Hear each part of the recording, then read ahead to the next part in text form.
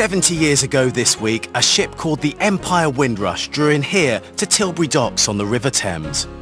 On board were nearly 500 new settlers from the Caribbean, whose arrival proved to be a landmark moment symbolising the beginning of diverse modern Britain. Today we explore the challenges those new arrivals and their families have faced right up to the present day.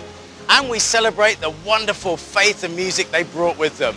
Welcome to Songs of Praise.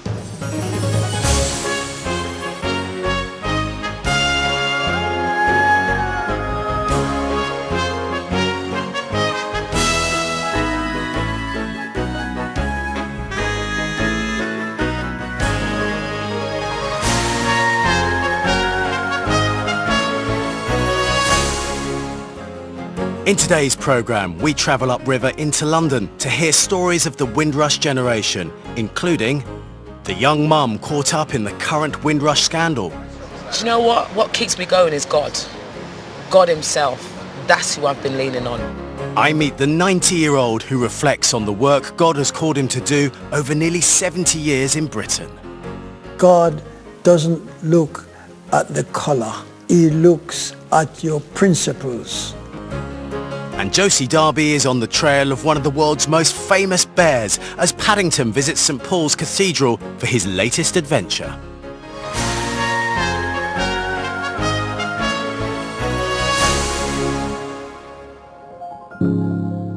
"70 years ago, on the 21st of June 1948, the Empire Windrush arrived here in Tilbury. Her passengers disembarked the next day, and they included 492 new settlers from the Caribbean, responding to a call to help rebuild Britain after the war. Together with their hopes and dreams, they also brought with them the traditions of their Christian faith.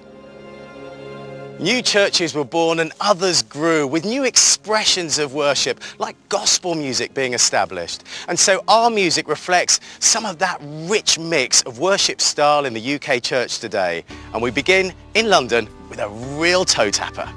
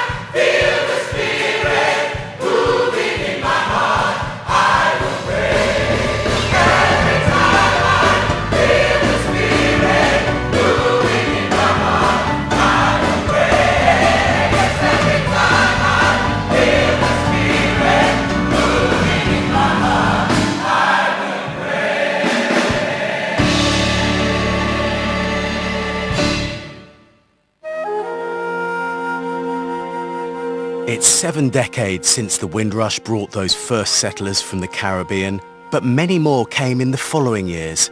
Bishop Kenneth McCarthy arrived in 1950. Now in his 90s, he vividly remembers his first impressions. What is this I've brought myself into? Why? I'm used to a house where I can run around and play with the rabbits and the chickens. And I thought, well, there's no sea around me either. I said I would spend 3 years. I arrived on the Friday.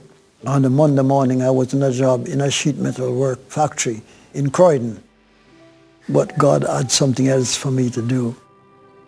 I started to talk to young men of my age and tell them how good it is to be a Christian. And that's how I started what I call evangelizing. And from 1953, I became a full-time evangelist. I managed to save enough money in the metal shop to buy an old motorcycle. And so I met many setbacks in knocking on doors and telling people about God.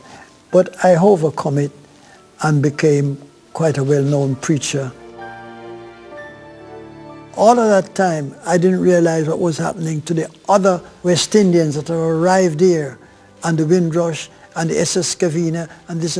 They had no place to worship, because at that time, it was strange for them to go into a church where they couldn't clap their hands and stamp their feet and sing and give their testimony.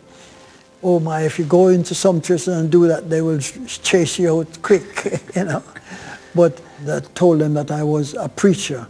And they says, where's your church? I said, I don't have any church, but I can come to your home and make your home a church.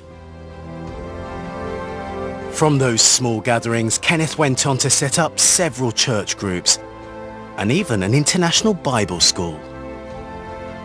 By the way, when I was in Brixton, the police inspector came to me and says, Reverend, carry on this work. You're doing a good thing, because since you started here in Brixton, crime has gone down 20%.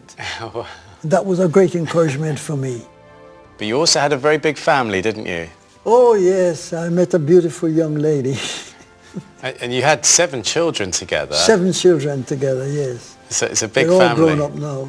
Now, she was a white lady, you're black, a mixed race relationship Mixed in that race. time. There weren't many then, were there? No, no. Even when we got married in the Methodist Church in Capel, crowds came along to see this white woman marrying to a black man. Being mixed race wasn't an hindrance for me. It was more an advantage, because what we're saying, that God doesn't look at the color. He looks at your principles. You came to this country in 1950. Mm-hmm. What do you make of the news that we've all been hearing about the difficulties the Windrush generation have been facing? Many of our people that came on the Windrush, they became nurses in our hospitals. They became industrial workers in our factories. We don't hear anybody talking about that. All they're talking about, lots, coming here. But we don't come to destroy the country. We come to build the country. So we should look on the positive side and not the negative. And there's a purpose for us being in this country today. God bless you.